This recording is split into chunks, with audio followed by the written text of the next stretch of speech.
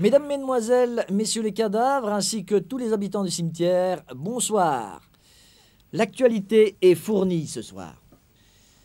Hier, dans la région de Charleroi, avait lieu le jumelage entre le cimetière de Dampremy et le cimetière du Caire en Égypte. Malgré la pluie, le bourgmestre Carolo a reçu en grande pompe les autorités cadavériques égyptiennes. Comme on peut le constater sur ces images, la cérémonie n'était certes pas très excitante, mais les autorités égyptiennes n'ont pas débandé pour autant. Bonne nouvelle, dorénavant, tous les cimetières de Belgique seront équipés d'un centre de remise en forme physique. Ce matin, un hold-up a été commis à la CGER, la Caisse Générale d'Épargne des Revenants. Après s'être emparé du butin, le cambrioleur s'est enfui à bord d'un véhicule immatriculé DCD 1966. Toute personne qui aurait aperçu ce véhicule est priée de contacter les MP, la police mortuaire. Tout autre chose, au cimetière d'Anvers, le Front National vient de faire passer une nouvelle loi. Celle-ci consisterait à distinguer les fantômes blancs des fantômes noirs. Le responsable du Front National nous en parle. Alors, comment allez-vous vous y prendre, monsieur? Eh bien, les fantômes blancs auront un linceul blanc et les fantômes noirs un linceul noir. Et qu'est-ce que vous en pensez, monsieur? Ah oui, je suis d'accord. Pas la tête, pas la tête. Et qu'avez-vous envisagé pour les Maghrébins Les Maghrébins auront un linceul aux couleurs du Sporting de Charleroi, rayé, blanc et noir. Décidément, ça ne s'arrange pas là-bas. Hein. Hier, c'était l'enterrement d'un grand footballeur. Ses amis sportifs et sa femme lui ont dit un dernier au revoir. Comme on peut le constater, ceux-ci n'ont pas hésité à lui chanter son hymne préféré. Allez, allez les verts, allez les verts, allez, allez les verts, allez les verts, allez. Je ne suis pas persuadé que sa femme pensait au même vers que ses amis. Hein. Sport, au cimetière de Schubert. C'était le concours annuel de la pêche à la truite. Chacun utilisait une technique personnelle, comme on peut le constater.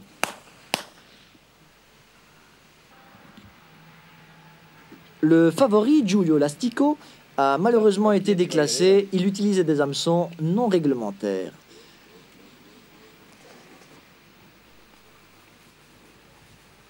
Nouvelle grève de la tech, les transports célestes.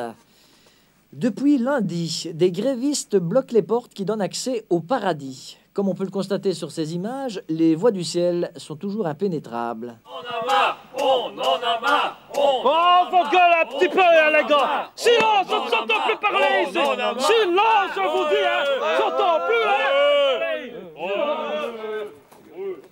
Saint-Pierre, Plus bas, plus bas. vous pouvez nous expliquer ce qui se passe ici Écoutez, lundi, les anges sont venus pour prendre les clés du paradis.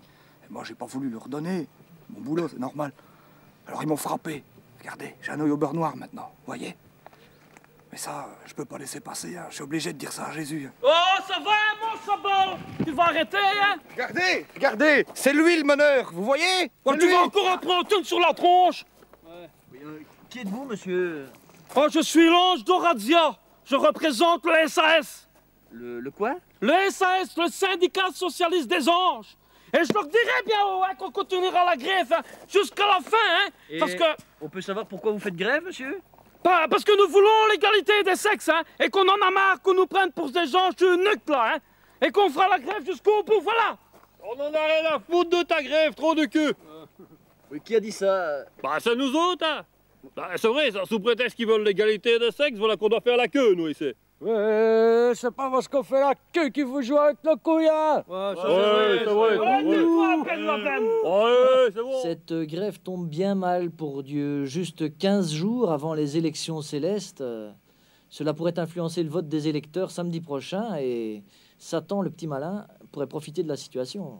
Enfin. Cyclisme. Grosse surprise au Critérium des Trois Tombes. Le Français Richard Voiroc et deux autres coureurs, Marcel Lonzocha et Christian Fétamine, se sont échappés dans la côte de la Seringue.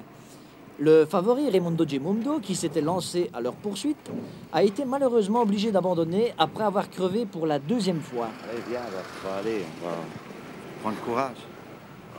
On le voit d'ailleurs monter dans le corbillard balai. Pendant ce temps, les échappés vont se relayer à merveille et ne seront jamais rejoints. À l'arrivée, les échappés se sont donc disputés le sprint final à 3 et c'est Richard Voiroc qui s'impose d'une tête devant ses rivaux. Une petite précision, Richard Voiroc a reçu le bouquet du vainqueur de la nouvelle Miss Cadavre Wallonie. Dernière nouvelle. On me signale que le cambrioleur du cimetière des Deux Magouilles aurait été arrêté alors qu'il s'apprêtait à passer la frontière. Il était en possession de papiers non réglementaires. Papier.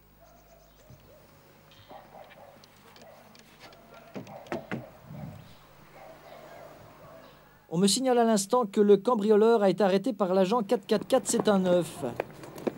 Depuis ce matin, le voleur serait incarcéré au cimetière de Lantin. Voilà, le journal télévisé est maintenant terminé. Demain, ce sera la Saint-Pamela.